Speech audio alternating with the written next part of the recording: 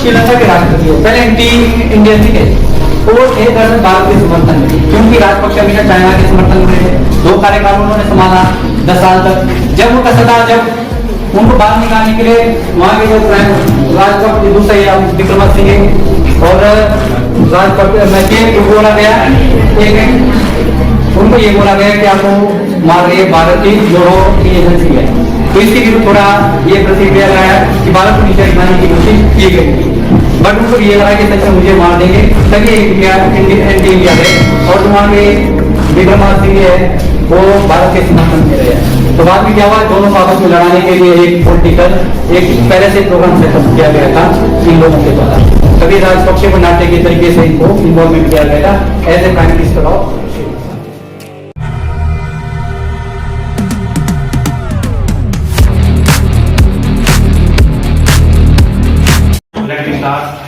तो सबसे पहले श्रीलंका की राजनीतिक व्यवस्था को समझने से पहले हम 2014 से शुरू करते हैं कि जब रणजीत विक्रमसिंघे और मैत्रीपाला सिरिसेना जी ने गठबंधन की सरकार बनाई, तो बाद में ऐसा क्या विवाद पैदा हो गया कि मैत्रीपाला सिरिसेना जी जो कि श्रीलंका के राष्ट्रपति हैं, उन्होंने 2000 में चयनित हुए प्रधानमंत्री रणजीत विक्रमसिंघे जी को अभी जो है हाल ही में प्रधानमंत्री के पद से बर्खास्त कर दिया। तो रणजीत विक्रमसिंघे तो उसके पीछे ये कारण था कि जो मैत्रीपाला सिरिसेना जी हैं, जो कि श्रीलंका के राष्ट्रपति हैं अभी मौजूद में, तो उन्होंने भारत के रॉ पर आरोप लगाया कि भारत की रॉ जो है वो मुझे मारने की साजिश कर रही है।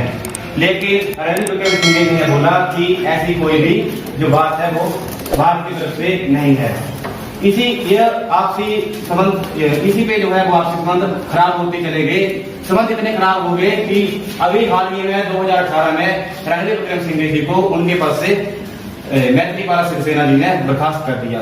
लेकिन 2015 में according to constitution of Sri Lanka article number 42 amendment 19 के तहत यह संशोधन पारित हुआ था 2015 को कि राष्ट्रपति जो है वो अकेला ही प्रधानमंत्री जी को उसके पास से बर्खास्त कर नहीं सकता। तो रणजीत विक्रमसिंघे जी का कहना था कि यह जो है वो एक असंवैधानिक तरीका है। तो उन्होंने अपनी याचिका जो है वो सुप्रीम कोर्ट में दायर की। उसके बाद सुप्रीम कोर्ट ने उस पर क्या अपना विचार दिया, क्या अपना निर्णय दिया, वो आपको विनाश जी बताएंगे। Today we are here to know about the power struggle of Sri Lanka. तो जैसा कि आपको पता है लगभग 2 महीने से चल रही है स्ट्रगल, अभी खत्म हो चुकी है 16 दिसंबर को। जो पॉलिटिकल क्राइसिस चल रहे थे श्रीलंका में वो खत्म हो चुके हैं। फाइनली जो रणजीत विक्रमसिंघे है इन्हें प्रधानमंत्री बना दिया गया है ऑफिशियली श्रीलंका का वापस। और यहाँ पर जो राजपक्ष है इनकी हार हुई है। अब जो राष्ट्रपति है सिरिसेना, अब इन्हें उस व्यक्ति के साथ मिलकर कार्य करना पड़ेगा जिनके साथ जो है इनके पॉलिटिकल रिलेशन अब खराब हो चुके हैं। तो यहाँ पर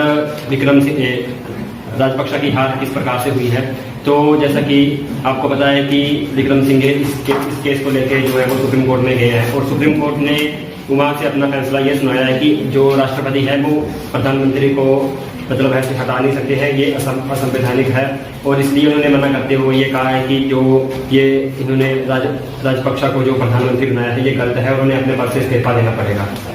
अब यहाँ पर बात करते हैं कि जो राजपक्ष को हटाकर विक्रमसिंघे को दोबारा से प्रधानमंत्री बनाया गया है, ये श्रीलंका के लिए कितना अच्छा है। तो ये सभी प्रकार से श्रीलंका के लिए अच्छा है, क्योंकि जो असंवैधानिक तरीके से जो राजपक्ष को प्रधानमंत्री बनाया गया है ये गलत था।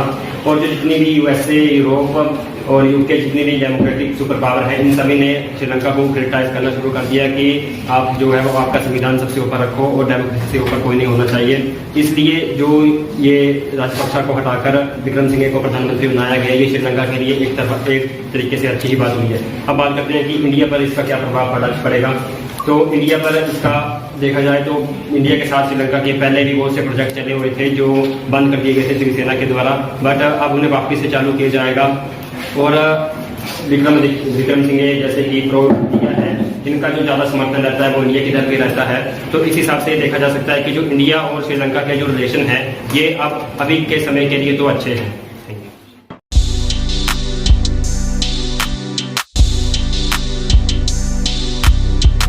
ये बताया कि श्रीलंका में जो है पॉलिटिकल लीडर हैं उनमें कौन प्रो इंडिया और कौन एंटी इंडिया है? हाँ इंडिया जो है वो है विक्रम सिंघे, और जो यहाँ पे एंटी इंडिया है, एंटी इंडिया में आप सिरिसेना को ले सकते हैं। जैसे कि उन्होंने बहुत सी स्टेटमेंटें दी हैं कि रो के खिलाफ भी उन्होंने स्टेटमेंट दी है, और उन्होंने ये कहा कि रो उन्हें मारना चाहती हैं, और उन्होंने जैसे कि बहुत से इंडियन प्रोजेक्ट को भी बंद कर दिया था। तो आप ये कह सकते हैं कि जो विक्रम सिंघे है ये प्रो इंडिया है, और जो सिरिसेना है ये एंटी इंडिया है, और जो राजपक्षा है इन्हें ये तो प्रो चाइना है, क्योंकि इनका ज़्यादा समर्थन चाइना की तरफ भी रहता है।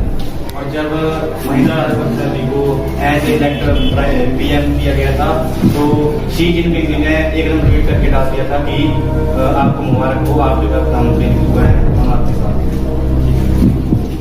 और अच्छा ये मुझे बताओ, जिस तरह आजकल हाल ही में जो शिपमेंट सेलिब्रिटी या सकल प्रोटोकॉल की बात चला है, खासकर चीन और भारत के बीच में कहीं ना कहीं एक प्रॉक्सी वॉर की तरह चला है। दोनों देश कोशिश कर रहे हैं कि वहां पर किस तरह अपना स्थान वहां पर अपना फिक्स करा दिया जाए, तो आपको स्थापित हो सकते हैं in future in the reference of Sri Lanka in political crisis. Sir जैसा कि जो चाइना है, इन्होंने जो श्रीलंका के जो पूर्व राष्ट्रपति रहे हैं राजपक्षा, इन्होंने जो श्रीलंका को है ये चाइना की तरफ ज़्यादा धकेला है। इसी के चलते जो श्रीलंका है वो कर्जे में डूबा हुआ है। और इन्होंने जैसे कि कोई इनकी बंदरगाह है एक, वो उन्होंने 90 साल के लिए हवन टोटा सही, और वो उन्होंने चीन को दे दिया था। 90 साल बंदरगाह है वो 90 साल के लिए दे दी थी लीज पर। और जो एयरपोर्ट है ना वो उसे टेक ओवर कर रहा है इंडिया, जो हवाना ये जो एयरपोर्ट है मटाला एयरपोर्ट है, इस पे जो है वो इंडिया मतलब इसे टेक ओवर करने की कोशिश कर रहा है। तो दोनों देशों की अगर बात करें तो अब जैसे कि प्रधानमंत्री जो हैं वो प्रो इंडिया हैं, तो अगर ये देख सकते हैं कि इंडिया में जो इंडिया है तो इसका भी मतलब इतना ही मतलब इनके प्रोजेक्ट को सराहना मिल गई जितनी पहले चाइना को मिलती थी। मतलब ना तो अगर श्रीलंका को इस बात का पता है कि वो अगर ज़्यादा चाइना की तरफ जाएंगे तो भी उनके लिए अच्छा नहीं होगा, और ज़्यादा इंडिया की तरफ रहेंगे वो भी अच्छा नहीं होगा, उनको इस बीच का रास्ता लेकर चलना पड़ेगा। हाँ ये तो है, मतलब बीच का रास्ता मध्यमार्ग करना पड़ेगा, क्योंकि कोई भी सरकार है ये तो कंट्रोल में चाहे नेपाल हो चाहे यहाँ हो, तो ये हमें आज देखने की आवश्यकता है। बट ये तो कंफर्म है कि वर्तमान में श्रीलंका में जो एक राजनीतिक घटनाक्रम हुआ, यहाँ एक साबित होता है कि कानून से बड़ा कोई नहीं। अगर आप गलत करेंगे तो उसका सजा तो भुगतना ही पड़ेगा।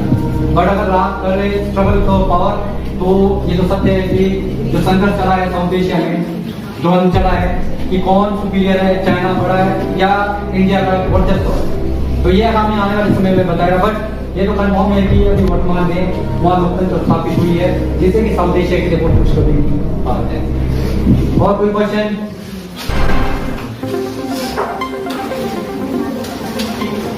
नहीं, एजेंसी ने जांच की थी कि जो उन्होंने आरोप लगाया था कि भारत के लोगों ने उनके ऊपर हमला करने की ट्राई की, ताकि वो नहीं, ऐसी कोई बात नहीं है। जो सिरिसेना है ना, इन्होंने किसी मीडिया के सामने ये कोई बयान नहीं दिया है। ये सिर्फ एक मीटिंग में ये कहा गया था कि मतलब जो इंडिया की रो है ये मुझे मारने की कोशिश कर रही है। तो कहीं पे जो हमारे विक्रम सिंह है इन्होंने कहा था कि नहीं ऐसी कोई बात नहीं है, और जो रो है वो ऐसा मतलब जो इंडिया की रो है ऐसा कोई फैसला नहीं ले सकती है। तो इसी के चलते दोनों में आपसी मतभेद है वो ज्यादा बढ़े, और उसी के चलते उन्होंने उनको प्रधानमंत्री की पोस्ट से फिर बर्खास्त किया। और ये मैत्री भारत श्रीलंका जी का अपना ही मानना था कि ऐसा हो रहा है। उन्होंने किसी न्यूज और रिपोर्ट के सामने ये नहीं जाहिर किया था कि ये श्योर है। और आपने कहा कि महिंद्रा राजपक्ष और राज्यपाल जो सिरिसेना है वो दोनों ही इंडिया के जो वो एंटी है।